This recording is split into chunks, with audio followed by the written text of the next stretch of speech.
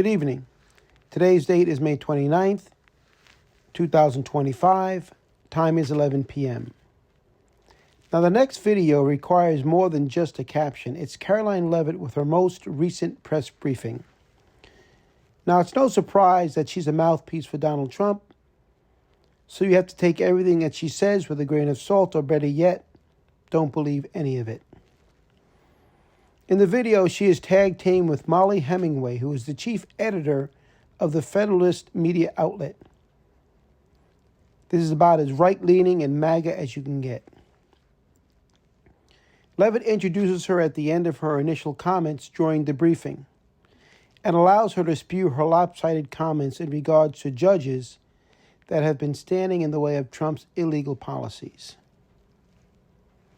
Now, she was put up front by Leavitt and was given the first opportunity to speak. It was a calculated move to stir up the base with false and misleading information. Of course, we already expect that from Leavitt, so we just let her speak until she either runs out of breath or walks away from the podium in frustration. This video is longer than what I present. I really wouldn't waste my time looking at the entire video because the following excerpt is frustrating enough. Please add your comments and repost. Thank you. Last night, the Trump administration faced another example of judicial overreach. Using his full and proper legal authority, President Trump imposed universal tariffs and reciprocal tariffs on Liberation Day. Here in our new media seat today, we have the editor-in-chief of The Federalist, Molly Hemingway. The Federalist is led by Molly and Sean Davis and provides fearless journalism and coverage of politics and culture to millions of readers all over the world. Thank you for being here, Molly, and why don't you please kick us off? Thank you, Karoline. Thank you. In the first Trump administration, there was an effort to stymie the agenda of Trump through the Russia collusion hoax perpetuated by many people in the media, including some people seated here, or the media outlets they represent, and other Democrats as well. The second Trump administration, to reference what you said at the beginning, seems to be subject to an effort to stymie the agenda using rogue lower court judges. You mentioned that the Supreme Court could and should do something to rein in these lower court judges. Also, Congress could do something about it, but they don't seem terribly interested in it. It also seems there's not much of an actual coordinated effort from this White House to take and tackle this effort from judges, Democrats and other people using these judges to stymie the agenda. Is there an actual effort by this White House to tackle this issue in a comprehensive way, and if so, what is it?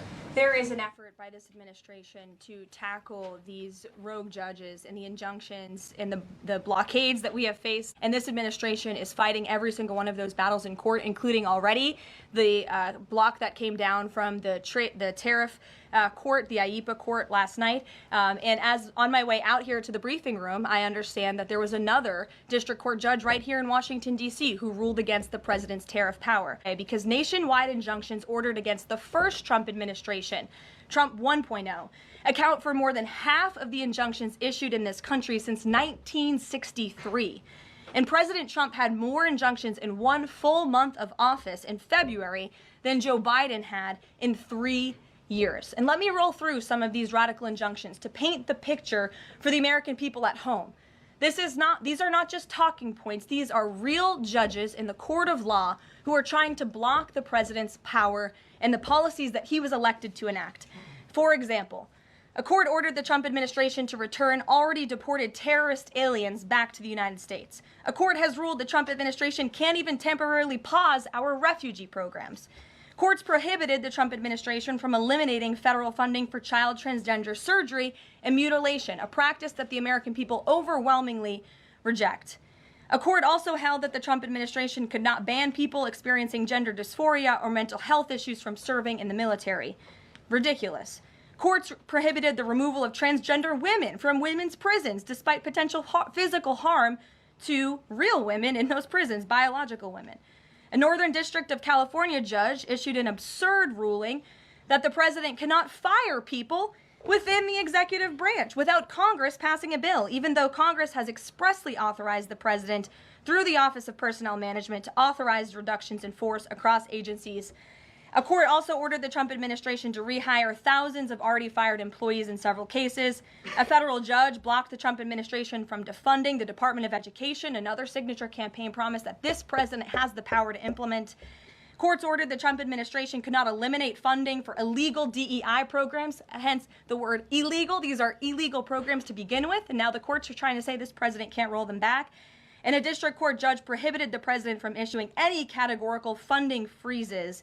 And then another court ordered on top of that the administration makes $2 billion of payments in 36 hours. These are just a few of the ridiculous orders that we have seen from lower district court judges every day, and we hope that the Supreme Court will weigh in and rein them in. But White House advisor Stephen Miller says it's judicial tyranny. Some people are calling it a judicial coup. You're saying you're responding to each and every one of these actions, efforts by these judges to delay or thwart the implementation of the agenda. But is there going to be anything more than that, or is it just going to let this operation continue, even though it could delay everything for years until the presidency is over? The administration is operating under the directive given to from the president that we need to comply with the court's orders. He's made that very clear, but we're going to fight them in court, and we're going to win on the merits of these cases because we know we are acting within the president's legal and executive authorities. And thanks for being here.